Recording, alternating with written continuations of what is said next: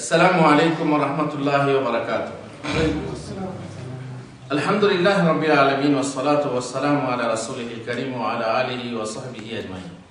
আমাদের ধারাবাহিক দর্শের আজকে বিষয়বস্তু হলো ওই পাপ নিয়ে, পাপের প্রভাব নিয়ে। বহু বিষয়ে আমরা পাপের প্রভাব দেখেছি। আজকে দেখব জাতির ঐক্যে পাপের প্রভাব। আমরা মুসলিম জাতি, আমরা ঐক্যবদ্ধভাবে বাস করব, একতার সাথে বাস করব, আমাদের মধ্যে ছিন্নতা থাকবে না। কিন্তু সেটা কি হয়েছে? সেটা হয়নি। ইসলামের স্বর্ণ যুগ থেকেই বিচ্ছিন্নতা এবং পৃথক পৃথক নিজেদের মত, নিজেদের দল, নিজেদের মযহাব গড়ে চলে আসছে। আর এটা এই মতভেদ স্বাভাবিক না অস্বাভাবিক?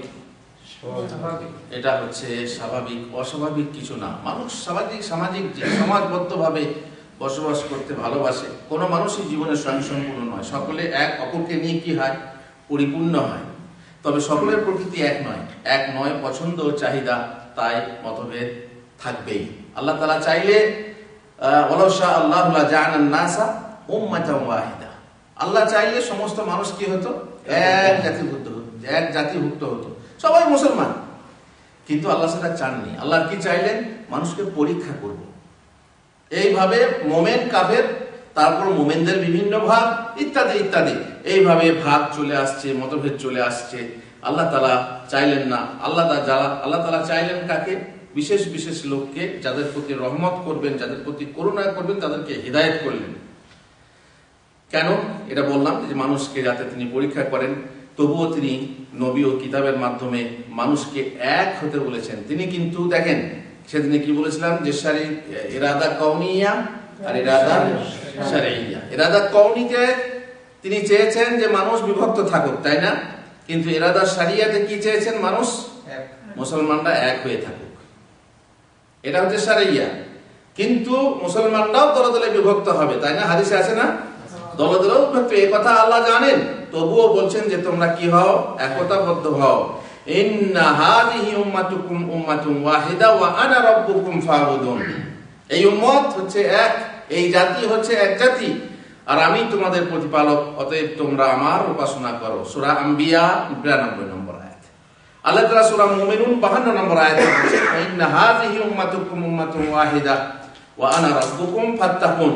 নিশ্চয়ই তোমাদের এই জাতি একই জাতি, এবং আমি তোমাদের প্রতিপালক, অতএব তোমরা আল্লাহকে ভয় করো, তোমরা আমাকে ভয় করো।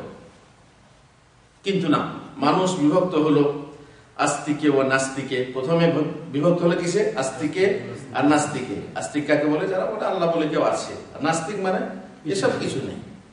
তারপরে আবার আস্তিক এলো, তারা আবার নানা রকম বিভাজনে, বিশ্বাসীতে অবিশ্বাসীতে, অবিশ্বাসীরাও দলে দলে ভাগ হতে লাগলো। ইহুদি 71 দলে ভাগ হলো, আর খ্রিস্টানরা 72 দলে ভাগ হলো। মুশরিকরাও এভাবে দলে দলে বিভক্ত আছে। মুশরিকরাও নানা দলে বিভক্ত আছে। ইন্নাল্লাযীনা ফাররাকু দীনাহুম ওয়া কানু শিয়া'আন, তাই না? তাদের নিজেদের ধর্ম তারা নিজেরা ভাগ করে নিয়েছে। খান ভেঙে, জাতি ভেঙে খান টুকরো টুকরো হয়ে গেছে। মুসলিম জাতির উচিত ছিল না দলে দলে বিভক্ত হওয়া, বা মুসলিম জাতির উচিত ছিল না দলে দলে বিভক্ত হওয়া।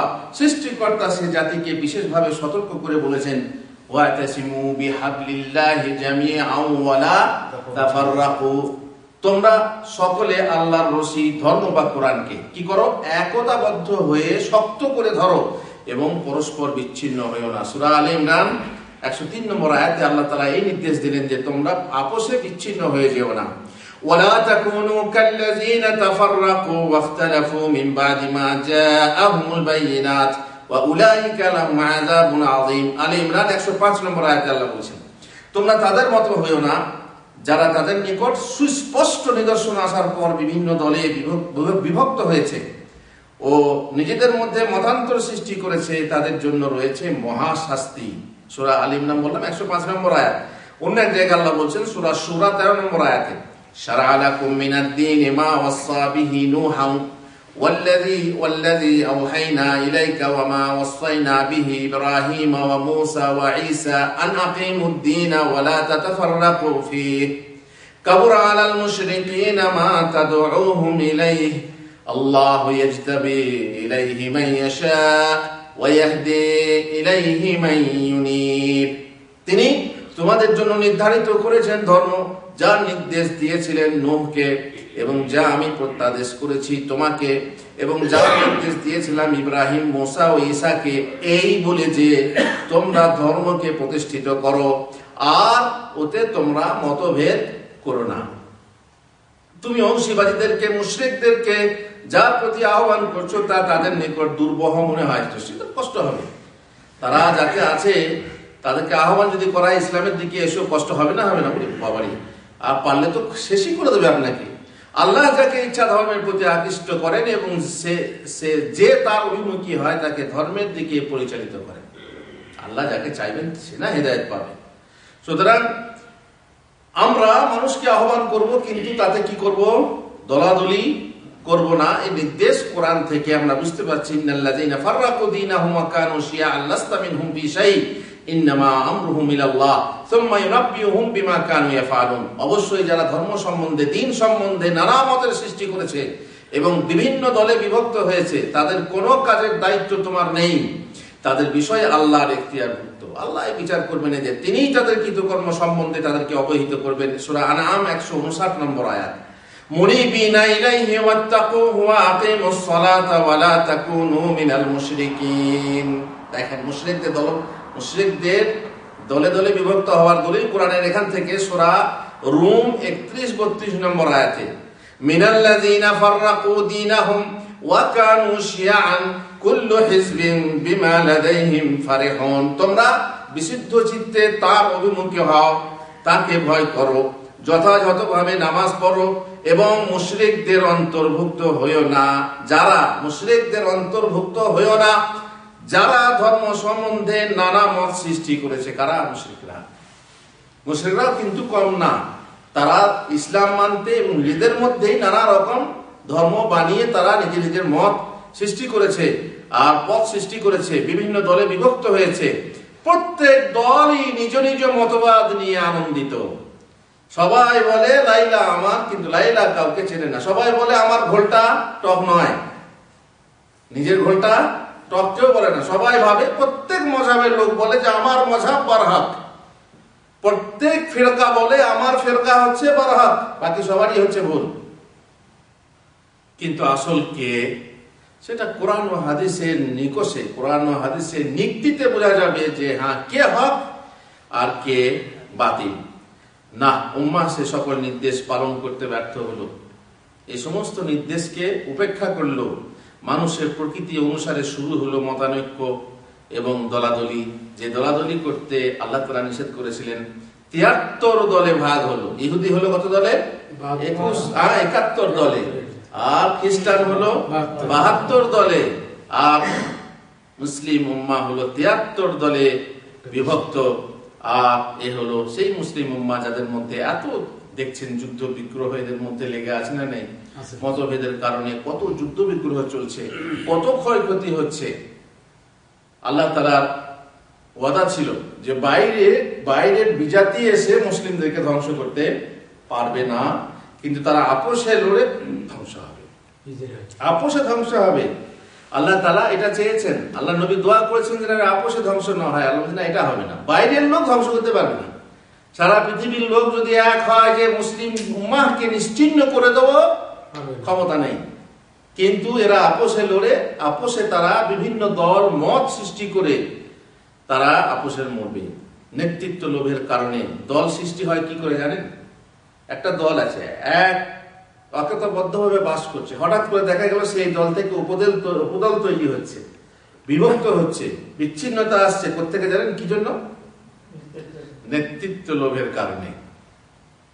তার মানে আমাকে নেতা বানাচ্ছে না, সুবিধা হচ্ছে না। তাহলে নেতা হতে গেলে এই তো বড় হত্যা বড় নেতা আছে, এখানে তো নেতা হওয়ার সুবিধা নাই, চল নতুন দল বানা, নেতা হ। ঠিক আছে। দ্বিতীয় হচ্ছে নেতৃত্ব অমান্য করার কারণে। আপনি নেতা আছেন, আমি মানবো না, আমি নিজেকে যোগ্য বেশি মনে করি, ওই একই কথা ঘুরে ফিরে। নেতৃত্ব মানলাম না, তখন আমাকে নেতা হওয়ার জন্য আর নতুন দল বানাতে হলো। কোনো ব্যক্তি বিশেষের ব্যাপারে অতিরঞ্জন ও বাড়াবাড়ি করার ফলে আপনি দেখবেন দল সৃষ্টি হচ্ছে। কোনো ব্যক্তি বিশেষে আপনি একজনকে মানছেন, ওরা একজনকে মানছে, আপনি একজনকে বিশেষকে অতিরঞ্জন করছেন, তাকে আপনি বেশি বাড়াবাড়ি করছেন। 4 খলিফার মধ্যে আপনি কাকে পছন্দ করেন বেশি? আমরা সবাইকে পছন্দ করি সমানভাবে, তাই না? তবে হ্যাঁ, একে অপরের পার্থক্য আছে। আবু বকর আগে, তারপরে ওমর, তারপরে ওসমান, তারপরে আলী। এখন যদি একদল এসে আলীর প্রতি অতিরঞ্জন করে, এসে বলে আলী হচ্ছে এরা, হলো না, তাহলে একটা দল হয়ে গেল। তাহলে দল হয়ে গেল কি দল? এই শিয়া, এই খাওয়ারেজ, কত দল তখনই বেরিয়েছে। সেই স্বর্ণ যুগে, সাহাবাদের যুগে এই দলগুলো বের হয়ে গেছে। আর দল কিসে হয়? আপন খেয়াল খুশির অনুসরণ করার কারণে নানা ফিরকা ও দল সৃষ্টি হয়েছে। খেয়াল খুশি, আমি একটা বানালাম, আমি একটা মতভেদ আছে। এই যে কাদিয়ানি একটা ফেরকা, কাদিয়ানি ফেরকাটা কি করে হলো? এর বাস হয়ে গেল, বলা হলো যে নবুয়াত শেষ, নবী আর আসবে না। তো বলছে না, নবুয়াত শেষ হয়নি, মোহাম্মদ নবী আছে, ঠিক আছে, মোহাম্মদ নবী আছেন, পরেও নবী আসবে। দিয়ে তার মানে কি, যদি এটা না বলি তাহলে আমি নিজে নবী বলে দাবি করতে পারবো না। দিয়ে নবী দাবি করে খেয়াল খুশি মত এবং দল তৈরি করে এখনো পর্যন্ত আউযুবিল্লাহ। আর মুশকিল হচ্ছে যে লোকও আছে মাননেওয়ালা লোকও আছে। পরিবেশে যখন একটা দল তৈরি হয়ে যায়, সেই দলটাকে মাননেওয়ালা লোক। এমনিতে আপনি দেখবেন যখন যে পার্টি জেতে, সেই পার্টির দিকে লোক হুড়হুড় করে যায়, তার এখন চলবে কয়েক বছর। আবার কোনো কারণে যখন সেই পার্টি ভেঙে গেল, একটা পার্টি এলো, তখন দেখবেন ধীরে ধীরে সমস্ত মানুষ আবার সেই পার্টির মধ্যে যায়। মানুষ 3 প্রকার, যেটা মানে বারবার বলি, মানুষ 3 প্রকার। এক প্রকার মানুষ হচ্ছে যে আপনার আপন, সে কোনোদিন পর হবে না। দ্বিতীয় প্রকার মানুষ হচ্ছে যে আপনার শত্রু, সে কোনোদিন আপন হবে না। কিন্তু মাঝখানে কিছু লোক আছে, ধোবিকা কুত্তা, না ঘরকা না ঘাটকা, না ইধারকা না উধারকা। যেদিকে একটু আকর্ষণ পাবে, একটা বিড়ি দেন চলে যাবে, এক পোয়া চাল দেন চলে যাবে। এই শ্রেণীর মানুষ আছে বেশি। এরা এই হাওয়া দেখেই ছুটতে থাকবে, বুঝবে না যে এটা ভালো না মন্দ। এখন এই পার্টি জিতেছে, হ্যাঁ ওই পার্টি ভালো, এই পার্টির উন্নয়ন আছে, এই পার্টির অমক, এই পার্টির তমক, এই দলটা ভালো। তখন অধিকাংশ মানুষ তখন কি করবে? ওই দিকে ছুটবে। ফলে দেখবেন ওরা আবার কিসে আসে? ক্ষমতায় আসে, ক্ষমতাসীন হয়ে যায়। এই হচ্ছে সমস্যা, যে খেয়াল খুশি বা যে কোনো হোক না কেন, যে কোনো নেতা খাড়া যখন হবে এবং মানুষের যখন পালে হাওয়া লাগবে, তখন ছুটবে সেই দিকে যেদিকে বিপরীত থেকে হাওয়া আসে। আল্লাহ মুস্তাআন। প্রত্যেক দলেরই দাবি তারাই হকপন্থী, প্রত্যেক দলই অপর দলকে ভ্রষ্ট মনে করে। অনেক সময় মনে হয় জাতির মৌলিক নামে সকলেই ঐক্যবদ্ধ, কিন্তু আসলে তারা অভ্যন্তরে ছিন্ন ভিন্ন। দূর থেকে দেখলে মনে হয় সমুদ্র মেঘ মিলে একাকার হয়ে আছে। দূর থেকে দেখেন মনে হবে, সমুদ্র দাঁড়িয়ে দেখেন তো মনে হবে যেন মেঘটা কোথায় ঠেকে আছে? সমুদ্রে ঠেকে আছে। কিংবা এই যে পৃথিবীতে দেখেন, তাকিয়ে আপনি দেখতে পাবেন যে হাও আকাশটা যেন মাটিতে ঠেকে আছে। কিন্তু মাঝখানে আসলে কত বিশাল পার্থক্য। সেই রকমই আপনি দেখবেন মুসলমানদেরকে মনে হয় যেন সবাই এক, কিন্তু না। আপনি যে কোনো জাতি, শুধু মুসলমানই কেন, খ্রিস্টানদেরকে দেখেন, ইহুদিদেরকে দেখেন, আপোষের মধ্যে একতা নেই। মুসলমানদের মধ্যে সেটা থাকা উচিত ছিল না। এত কোরআন হাদিসের নির্দেশ থাকা সত্ত্বেও মুসলমানদের মধ্যেও সেটা হয়ে গেছে। ফলে বুঝতেই পাচ্ছেন যে মুসলমানরা দলাদলিতে মেতে গেছে, দলাদলি করছে সামান্য একটা ত্রুটি নিয়ে। আপনার সঙ্গে আমার মতের মিলল না, আমি একটা দল বানিয়ে নিলাম। আপনি আমার নেতা ছিলেন, আপনার সঙ্গে আমার ফতোয়ায় মিলল না, আমি আপনার আলাদা দল, আলাদা সংগঠন বানিয়ে নিলাম। এইভাবে দেখবেন দল, একটাই দল বিভিন্ন দলে বিভক্ত হচ্ছে। দেখুন সংগঠন ব্যাপারটা, সংগঠন করা নিষেধ না, সংগঠন করা যাবে না। এক ভাই প্রশ্ন করছেন যে কোন 3 জন ব্যক্তি, রাসূলুল্লাহ সাল্লাল্লাহু আলাইহি ওয়াসাল্লাম বলেছেন কোন 3 জন ব্যক্তির জন্য নির্জন ভূমিতে অবস্থান করা হালাল নয়, তাদের মধ্যে একজনকে আমি নিযুক্ত না করা পর্যন্ত। ঠিক আছে, তো আমরা তো নিশ্চয়ই, আমরা পরিবেশে থাকি, আমাদের কেউ না কেউ আমি থাকে। যদি বলেন রাজনীতিভাবে আমাদের নেতা আছে, যদি বলেন না দিনীভাবেও যদি আপনি করতে চান সংগঠন, বাধা নেই। ঠিক আছে, দলবদ্ধভাবে বাস করেন, একজনকে আমির বানান। কিন্তু সেই আমিরকে যদি আপনি রাষ্ট্রনেতার আসনে বসান, তাকে বায়াত করেন, রাষ্ট্রনেতার মতো তার হাতে বায়াত করেন, কিংবা আপনি তাকে এমন ভাবে মানেন যে হ্যাঁ সেই সব কিছু, আর যখনই তার বিরুদ্ধে কেউ অন্য একটা ফতোয়া দিল, তারও কোরআন আছে, দলিল আছে, এরকম ফতোয়া সৌদি আরবে আছে, তাই না? এক মুফতি অন্য মুফতির সঙ্গে ফতোয়া মিলে না, কিন্তু এরা একতাবদ্ধ আছে নাই? এইভাবে একতাবদ্ধ থাকা দরকার। কিন্তু আমাদের দেশে হবে কি, যখন এক জানরেল ফতোয়া দিলেন অন্য জানরেল সেটা মানবেন না, তখন হয়ে গেল কি চলো বাবা দল, ওদের ফতোয়া এরকম মতে ভাবে না। চাঁদ একদিনে ঈদ হবে না, হবে না। যে চাঁদ মামু একটা দল সৃষ্টি হয়েছে, চাঁদ মামুরা দল বানাচ্ছে, একই সহি আকীদার দল, বিভিন্ন জিহাদ নিয়ে ওরা জিহাদের ফতোয়া দেয় না, অতএব ওদের চলো আমাদের একটা দল বানাও। তারপরে তবলিগ ওরা তবলিগে যায় না, অথবা আমাদের একটা দল বানাও। সহি আকীদার নাই, সহি আকীদার রাজনীতি ওদের ওদের ওদের কথাতে, ওদের বক্তৃতাতে আন্দোলন নেই, চলো আমাদের আন্দোলনওয়ালা একটা দল বানাও, রাজনৈতিক দল বানাও। বিভিন্ন রকমের দলে দলে দলে দলে বিচ্ছিন্ন হয়ে যাচ্ছে। তো আমাদের উদ্দেশ্য হলো যে ঐক্যবদ্ধভাবে বাস করব, কিন্তু যে দল করতে গিয়ে দলাদলি করা হয়, শুধু দলাদলি না, দলাদলি করার পরে এক দল অপর দলকে অপবাদ দেয়, এক দল অপর দলকে বিদাতি বলে, এক দল অপর দলকে কাফের বলে, এক দল অপর দলকে কি বলে, খারাপ বলে, এবং আপোষে কাদা ছোড়াছুড়ি করে।